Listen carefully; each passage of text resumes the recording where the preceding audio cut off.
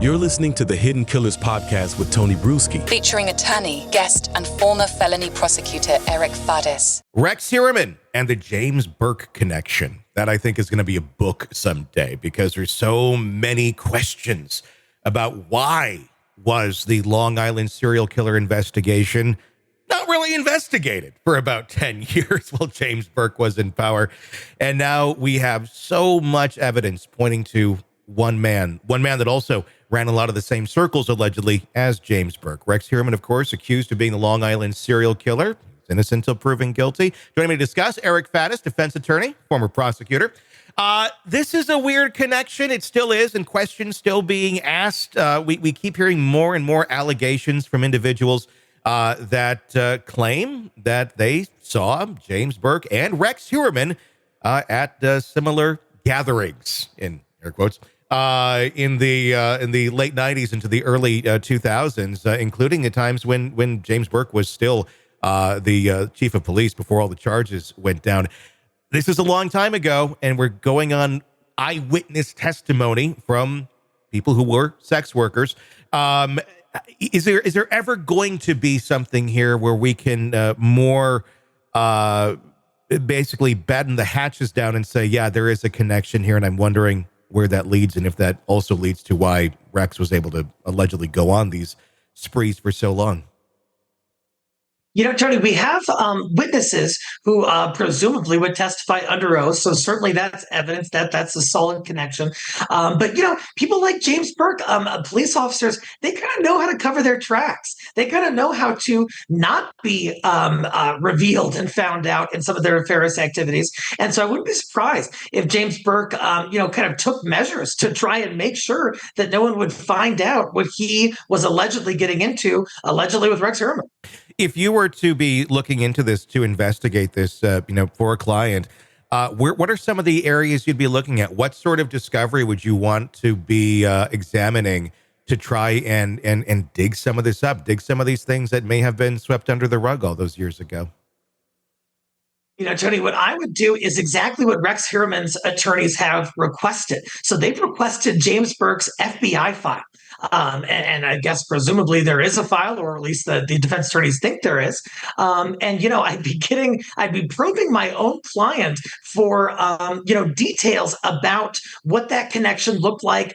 If there was sort of an avenue to show other people's involvement that could sort of deflect responsibility from Rex Heuermann. But I'd be interested to see if his attorneys get those FBI files, what they say.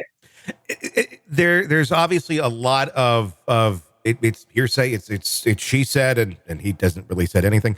But to get in there and try to take a look at any connection here, that we're talking a time before, a lot of digital footprints on a lot of this, where today that's lovely. We can Google things, or look at Google histories. We can look at text messages between the two. We're talking a time period where that really wasn't that common. That really didn't exist. And certainly the records probably do not exist anymore as well.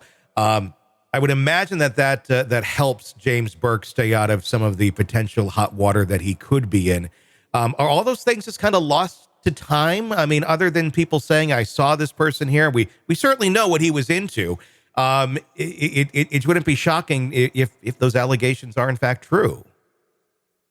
You know, a lot of that evidence is probably gone. Like I said, it's been years, if not decades.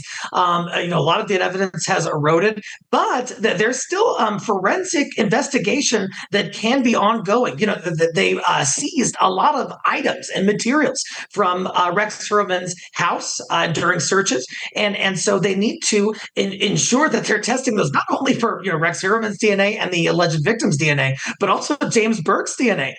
They need to look for fingerprints. They need to look for hair follicles and just other perhaps objective, more material types of evidence that may not have been lost with records being purged and things like that. One of the allegations is that in the duffel bag that was stolen from James Burke, and this is the individual, Christopher Loeb, that was beaten by him, and then obviously James Burke got in a lot of trouble for that, was allegedly a snuff film. And obviously they've collected a lot of things from Heuermann's house as well. I'm been kind of curious about that because, I mean, a film like that, it's not something you're going to go buy on the local porn shop on the side of the highway. If it's a legit snuff type film where people are being violated in horrible ways and violence is taking place. If this does exist, what if they both have the same film? What if they both have, I mean, that would be an interesting connection there. If it's in the archives of Heuermann and it was in the archives of Burke, would that prove a connection at all? Or is that just kind of show maybe just kind of the same circles that some of these people are running around in? It's surely an ominous theory. And, like you've alluded, there's a pretty small subset of the population who has any interest in this, horrible content. One of those is the serial killer, Rex Heuermann, who allegedly violated and killed a lot of sex workers. And so is there a connection in terms of prurient interests between James Burke and Rex Heuermann? They were at the same parties, and there's allegations that there were drugs and sex at these parties. Those allegations have not been confirmed yet, but we're seeing sort of a convergence of interests, a convergence of proximity between James Burke and Rex Heuermann. Getting closer and closer. At first, it was just kind of a question, and now it's like, I don't know, more people coming forward. Do you see that as being a difficult thing to find? Obviously, we have at least one who's made these allegations. If this is something someone was involved in years ago as a sex worker, maybe your life, maybe you're dead, maybe you put your life into a different path now and don't necessarily want to go back down that road. Is it going to be difficult if they ever do try to investigate this deeper to get individuals like that to talk and to testify and to recognize the former life that they might have led? We can all think of reasons why these people may not want to come forward, that may make it less likely that they would come forward. Maybe these are dark times in their past and they don't want to revisit that. Yeah. They don't want to relive that trauma. They don't want to be known publicly for, what was maybe one of the worst moments of their life.